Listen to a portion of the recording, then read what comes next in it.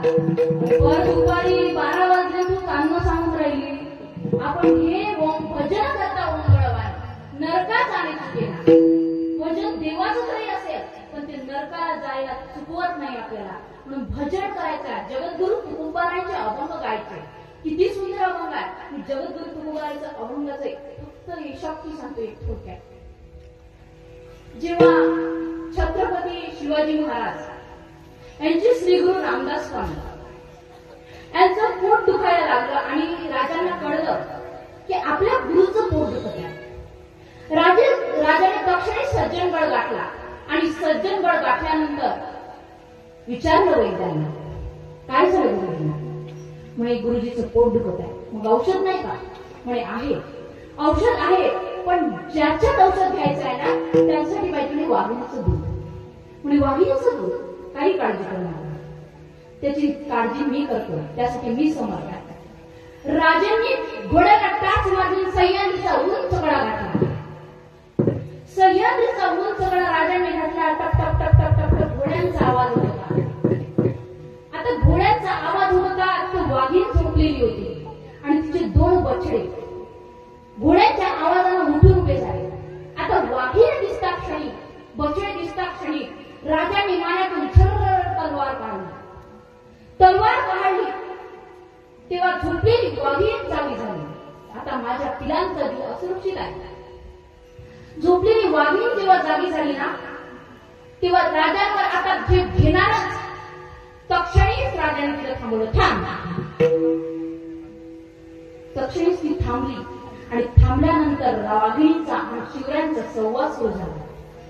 शिवरायांना प्राणी मात्राची भाषा समजत होती म्हणूनच जाणता राजा म्हणतात. ज्याला प्राणी मात्राची भाषा समजते तोच जाणता राजा. शिवरायांनी ती समजत होती. शिवरायांचा वाघिणीचा संवाद सुरू होता.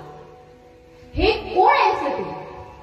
म्हणे माझं या देहाला शिवाजी म्हणतात. अरे तो शिवाजी का. तो जिजाऊचा शिवाजी. म्हणे हो तो जिजाऊचा शिवाजी.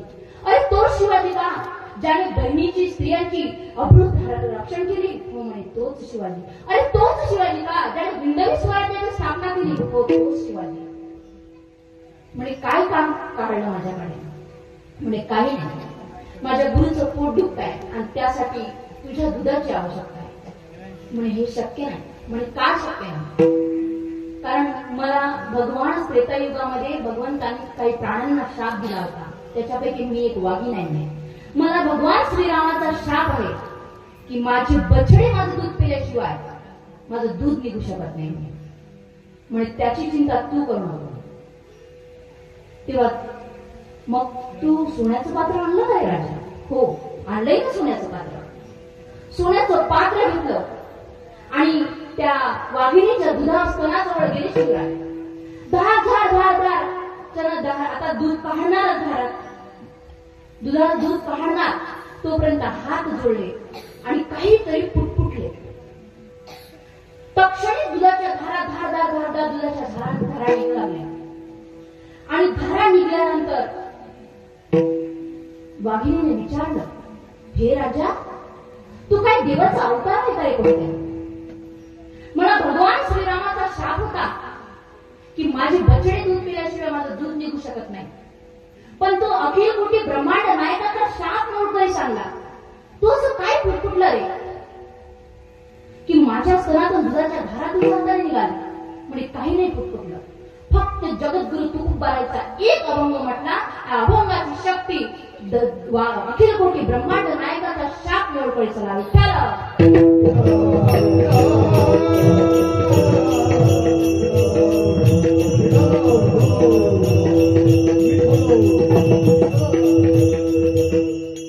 मी कशावरती बाया काही बोलतात म्हणून तुकोबारायांचे अभंग म्हणा. नाथराजांचं एवढं मोठं साहित्य आहे ते म्हणा.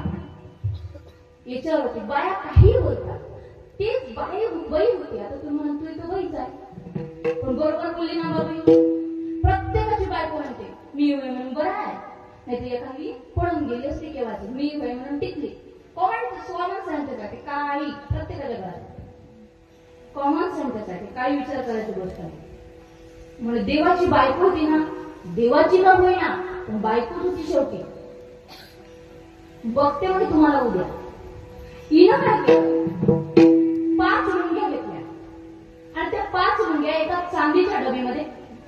बंद केल्या आणि दुसऱ्या दिवशी भगवंताला जेवायला वाढलं. भगवान नेहमीप्रमाणे 12 वाजता जेवायला आले. पंचपक्वानाचं जेवण आजही होतं. खूप सुंदर जेवण होतं. भगवंताने पाणी फिरलं, वदनी कवळ झालं. महालक्ष्मी पाहतच होती, आता थांबवून मग थांबवून.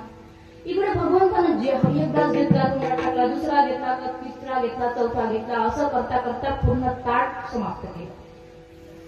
आणि तांबूळ, देवीने तांबूळ दिलं भगवंतांना. आणि तांबूळ देताना म्हटलं, देवा काल 2 जीव उपाशी होता म्हणून उठून गेला, आज 5 जीव उपाशी आहेत, त्याचं काय? म्हणे लक्ष्मी जाऊन बघ त्या डबीमध्ये, ते केव्हाचीच जेवली. म्हणे कस काय? जाऊन तर बघ. लक्ष्मीने ती डबी उघडली आणि डबी उघडली, पाहतो तर काय, त्या मुंग्यांच्या तोंडामध्ये तांदळाचे दाणे होते. भगवंताला विचारलं, कसं काय गेले? तुम्ही टाकले का? म्हणे मी नाही टाकले. मग गेले कसे? ते सर्व माझी लीला होती. हे अभंगाच्या 3ऱ्या शेवटच्या. तुका मैंने जाते